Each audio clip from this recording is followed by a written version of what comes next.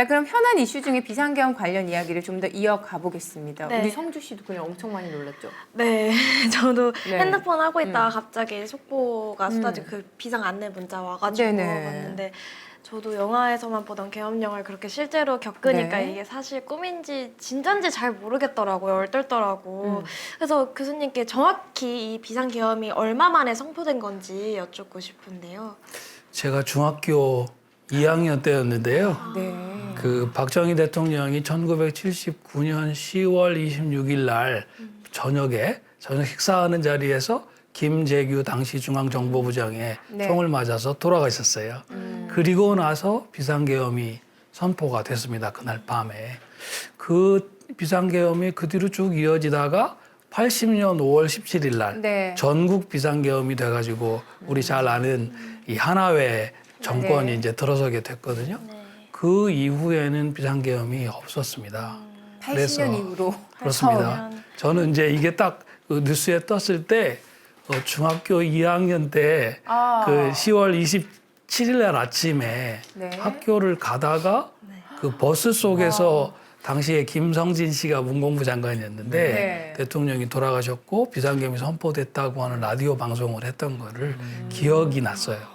그때 어떤 우리 사회가 어떤 모습이었던가 하는 생각을 이제 하게 됐는데 아 그때 한 번이면 좋았는데 네. 왜 제가 이제 나이가 조금 있으면 60이 되는데 이 40년도 훨씬 지나서 또 이런 일을 겪게 되는구나 그런 생각을 했습니다.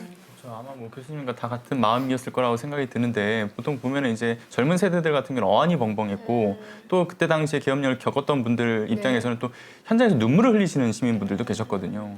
네, 그만큼 아무래도 충격이었던 약간, 거죠. 약간 악몽처럼. 그렇죠. 교수님도 말씀하신 것처럼 어머 내 생에 또 이런 네. 일이? 약간 이런 생각을 하셨다는 인터뷰를 저도 많이 봤습니다. 네. 사실 헌법상 비상계엄은 전시나 사변 또는 이에 준하는 국가 비상사태가 있어서 군사상의 필요가 있거나 공공 안녕 질서를 유지할 필요가 있어야 한다고 합니다. 근데 교수님 이번 계엄령이 이 같은 요건을 갖추고 있다고 보세요? 전시가 아닌 거는 확실하지 않습니까? 네. 그다음에 사변이라고 하는 거는 우리 국가 안에서 뭐 어떤 지역에 폭동이 일어났거나 그래가지고 내전이 네. 벌어진 그런 상태를 말합니다. 또 이에 준하는 비상사태니까. 예컨대 뭐 천재지변이 일어나가지고 큰 위협이 지금 발생했다든가 그래야 되는데 일단 그런 사태는 없었기 때문에 첫 번째 요건부터 갖추지 못했다고 말할 수 있습니다. 네. 그런데 많은 분들이 조금 생략하시는데요. 사실 첫 번째 요건이 갖추어지더라도 그러니까 전시, 사변 또는 비상사태가 있더라도 네.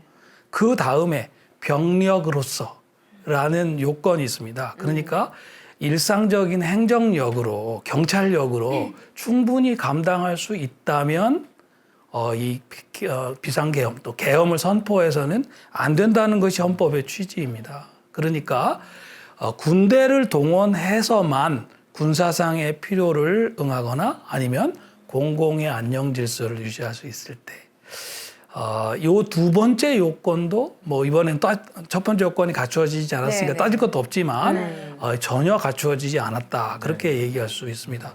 제가 대학교 4학년 때인데요. 87년도에 그 민주화 대항쟁이 있었어요. 네. 그때도 전두환 정부에서 계엄령을 선포할까 말까 고민을 많이 했었거든요. 그런데 당시의 경찰이 경찰력만으로 막을 수 있다. 다시 말하면 병력을 동원할 필요는 없다라고 주장해서 결국 계엄령을 선포하지 않았습니다. 네. 그런 생각을 해보면 이번에 윤석열 대통령이 선포한 계엄령은 도대체 77조 1항을 읽어보시기라도 한 건가?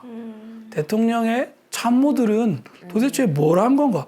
우리 대통령도 검찰총장까지 지내신 법률가지 않습니까? 네. 왜 이 헌법상에 누구라도 이해할 수 있는 요건을 생각하지 않았을까? 그런 생각이 듭니다. 이게 사실 이제 헌법에 의해서 설치된 국가기관을 강압적으로 어떤 전복시키고 또 그 기능을 무력화하려고 했던 국헌문란 이런 헌정질서 파괴 행위를 한 것에 대해서 교수님 입장에서도 그렇고 이제 헌법학계 입장에서도 그렇고 이 사안에 대해서 좀 의견이 어떠실지에 대한 부분은 지금 말씀 주시긴 했지만 대체적으로 같은 평가를 지금 헌법학계에서도 내리고 있는 것이죠. 글쎄요, 벌어진 상황 자체가 다른 평가를 하기가 매우 네. 어려운 상황이 아닌가 그런 생각을 하고요. 말씀 주셨지만 우리 77조에 보면 계엄이 선포되면 특별히 전국 비상계엄이 선포되면 국무총리를 비롯한 민간 행정기구들은 이제 힘을 잃게 됩니다. 대통령이 직접 계엄사령관, 이번에는 육군참모총장이었죠. 네네. 을 통해서 군대를 통해서 통치를 하게 되고요. 영장제도나 언론의 자유 등등에 관해서도 심지어는 법원의 권한에 관해서도 큰 제한을 할 수 있도록 계엄법에 규정이 되어 있습니다.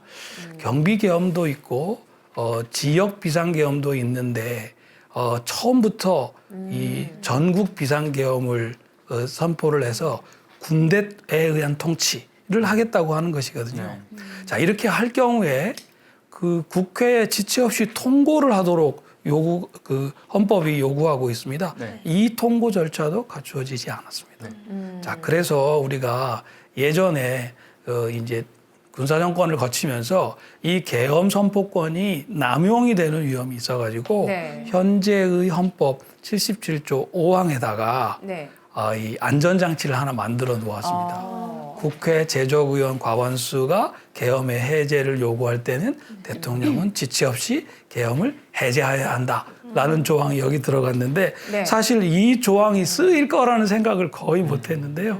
네. 이번에 어쨌든 계엄 선포된 다음에 국회의원들이 좀 표현이 어떤지 모르겠습니다만 잡혀갈 각오를 하고 네. 목숨을 걸고 이 국회의 본회의장에 모여가지고 지체 없이 계엄 해제 결의를 안을 통과시켜서 그 점은 우리 거기 참여하신 190분의 국회의원들은 한 분도 빠짐없이 좀 칭찬을 해드리고 싶습니다.